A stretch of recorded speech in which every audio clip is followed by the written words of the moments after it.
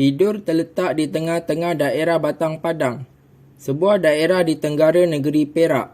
Capaian ke Pekan Bidor dari selatan ialah Pekan Sungkai, dari utara ialah Pekan Tapah dan dari barat ialah Pekan Cangkat Jong dan Bandar Teluk Intan.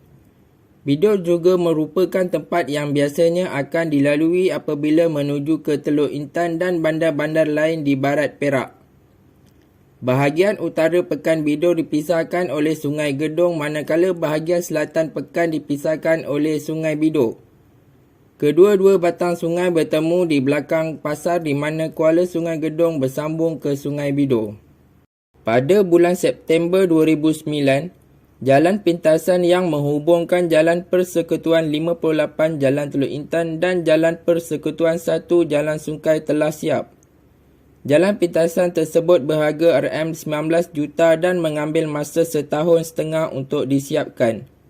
Jalan ini diharapkan dapat mengurangkan limpahan kesesakan trafik yang menghala ke Teluk Intan dan Lumut dari Lebuhraya Utara Selatan yang melalui Pekan Bidor. Walau bagaimanapun, jalan yang hampir siap ini telah ditutup semula pada bulan Oktober 2009 untuk lalu lintas atas sebab-sebab tertentu dan dibuka semula pada tahun 2010. Asal-usul nama Bidor adalah dikatakan berasal dari bekas acuan biji timah yang diperbuat daripada kayu untuk menyukat biji timah. Sehinggakan hasil sukatan biji timah tersebut pernah juga dijadikan sebagai mata wang di negeri Perak yang dinamakan Bidor. Kiraannya adalah setiap satu bidor biji timah mengandungi kira-kira 70 kati biji timah. Satu kati bersamaan dengan 600 gram. Jadi jika 70 kati atau satu bidor bersamaan dengan 43 kilogram. Pada masa dahulu, Bidor ini adalah sebuah penempatan kecil yang menggunakan sungai sebagai jalan penghubung di antara satu pekan ke satu pekan lain. Kebanyakan rumah di sini dibina di tepian sungai sehinggalah perusahaan biji timah bermula. Mengikut catatan, penempatan di Bidor ini kemungkinan bermula dari kurun ke-8 dan 9 yang lampau di bawah pentadbiran kerajaan Beruas. Ini berdasarkan penemuan sebuah patung berhala gangsa yang mempunyai 8 tangan di Anglo-Oriental Perak Tin pada tahun 1936.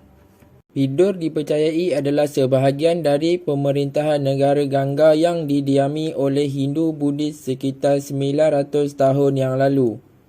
Semasa pemerintahan Sultan Salehuddin, Sultan Perak ke-9, Bidor telah dibuka kerana hasil timahnya. Penempatan Melayu pertama di Bidor adalah di sebuah kampung yang dikenali sebagai Kampung Gedong. Akhirnya penempatan tersebut ditinggalkan kerana mereka membuka penempatan baharu di pinggiran pekan di jajaran sungai bermula dari awal 1940-an. Orang yang mula-mula membuka penempatan Bidor adalah Sheikh Abdul Ghani yang berasal dari Sumatera dan beliau adalah merupakan penghulu pertama Pekan Bidor. Semasa beliau menjadi penghulu penempatan baharu tersebut, masyarakat Melayu semakin berkembang. Aktiviti pelombongan peladangan getah yang dibuka oleh orang Inggeris pada masa itu telah banyak menggamit kehadiran orang Cina dan orang India berhijrah ke Bidor. Semasa Perang Dunia Kedua, Jepun telah menakluki Bidor dan membuat kubunya di Kampung Poh. Pada 29 Disember 1941, terdapat pertempuran antara Jepun dan Inggeris di Kuala Dipang yang menyebabkan 5 orang terkorban. Kemasukan tentera ialah pada Disember 1941 oleh Regimen 137 oleh Lieutenant Hartley di bahagian Sungkai dan Bikam. Pada 1943, MPAJ Patrol Pertama Regimen ke-5 yang menjaga Kolonel John Davis telah diserang hendap di lebih kurang 7 batu di utara selatan Bandar Bidor oleh Huang Song dan pembantunya Chai Dedi. Pada 2 Oktober 1948, Kapten DG Locke telah mati dibunuh ketika mandi di Bidor. Begitu juga Kapten AR Pekin yang terbunuh semasa berperang pada 18 Julai 1948. Kedua-dua mereka ditanam di Batu Gajah. Pada tahun 1950, sebuah pasukan GHQ ke-26 Brigade Gurkha dan Royal Artillery 95 telah ditempatkan di Bidor.